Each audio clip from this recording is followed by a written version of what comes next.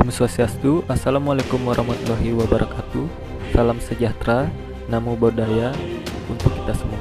Perkenalkan, nama saya Aditya Nugraha, peserta pelatihan dasar gelombang 4, golongan 2, angkatan 10 ke kelompok 2. Pada hari ini saya akan menjelaskan role model saya sebagai refleksi nilai-nilai bela negara. Role model saya kali ini adalah seorang pahlawan nasional dari Bali, yaitu I Gusti Ngurah Rai. Untuk mengawali video ini, pertama-tama kita harus tahu siapa itu I Gusti Ngurah Rai. I Gusti Ngurah Rai adalah seorang pahlawan nasional kelahiran Badung tanggal 30 Januari 1917 dan meninggal pada tanggal 20 November 1946. Adalah salah satu pahlawan berasal dari Bali yang banyak dikenal terutama dalam perannya pada Perang Puputan Margarane di Kabupaten Tabanan. Dan atas jasa-jasanya, kini namanya diabadikan sebagai nama bandara di Pulau Dewata, Bali. Lalu, bagaimana perjalanan hidup dan kisah perjuangan dari seorang I Gusti Ngurah Rai?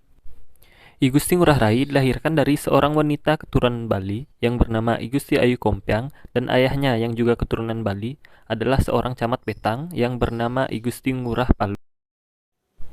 Semasa mudanya, I Gusti Ngurah Rai pernah mengemban pendidikan di Holland Inland School, atau disingkat dengan HIS, berletak di Denpasar. Setelahnya dia menyelesaikan pendidikannya di sana, ia kemudian melanjutkannya ke MULO, sekolah tingkat menengah pertama yang ada di Malang. Karena ketertarikannya sejak kecil dari seorang I Gusti Ngurah Rai terhadap dunia militer, beliau pun melanjutkan pendidikannya di sekolah kader militer di Prayodya Bali, Gianyar pada tahun 1940.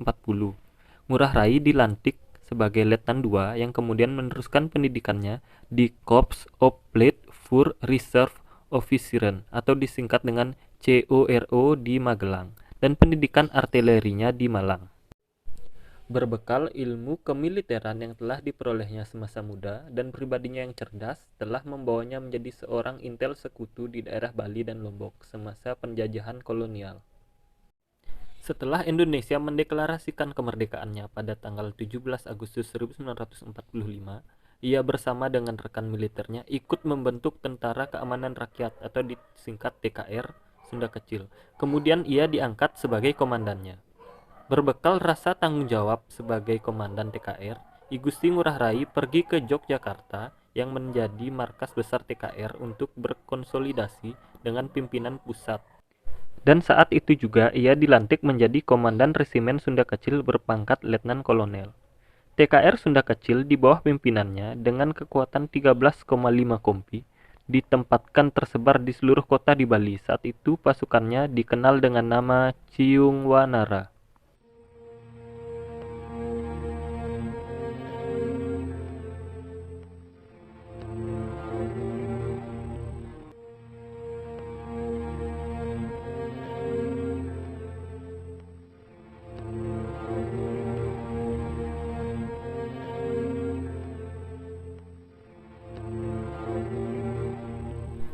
Lalu, bagaimana Puputan Margarana terjadi dan apa hal yang melatar belakanginya?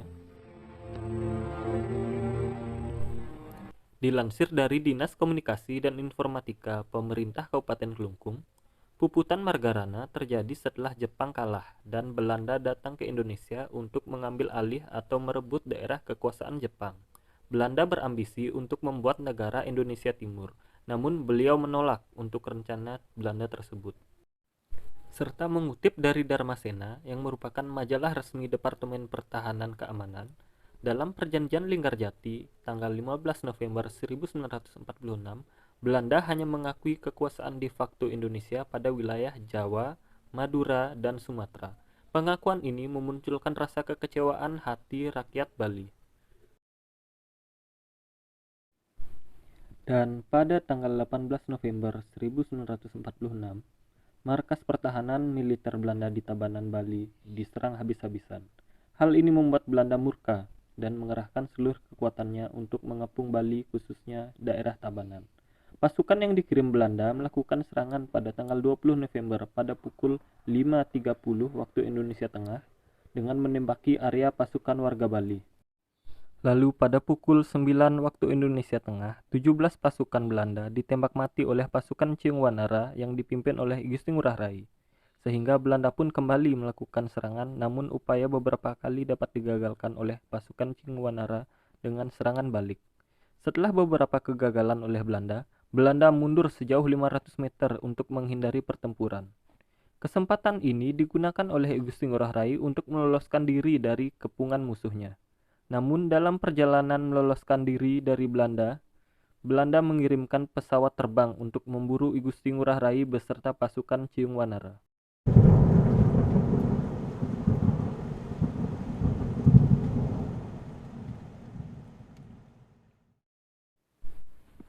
Untuk terakhir kalinya, beliau menyerukan puputan, yang berarti habis-habisan.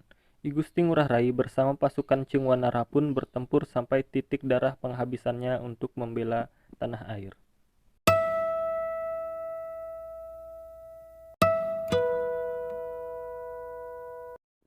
Begitulah kisah perjuangan dari seorang I Gusti Ngurah Rai dan pasukannya pasukan Ciung Wanara. Lalu apa nilai-nilai bela negara yang dapat kita ambil dari seorang I Gusti Ngurah Rai? Pertama, cinta tanah air. Cinta tanah air dibuktikan dengan penolakan dari I Gusti Ngurah Rai untuk dibentuknya negara Indonesia Timur yang merupakan gagasan dari Belanda. Di mana hal ini menunjukkan betapa tegasnya rasa untuk persatuan dan kesatuan dan menjunjung tinggi negara Republik Indonesia atau NKRI. Kedua, beliau senantiasa memberikan kontribusi dan kemajuan pada bangsa dan negara Indonesia. Hal ini dibuktikan dengan semangat belajar di berbagai daerah bahkan di luar Bali, dan kegigihannya menempuh kegiatan militer di berbagai daerah di Indonesia, dan kesiapannya untuk selalu sigap merealisasikan segala kecakapannya dalam membela tanah air.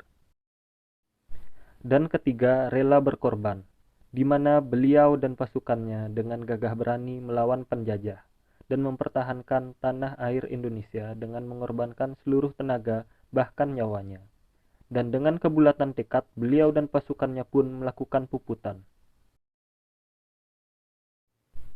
Lalu setelah kita mengetahui perjuangan dan hal-hal heroik dari I Gusti Ngurah Rai, rencana apa yang akan saya uraikan sebagai rencana individual saya ke depannya?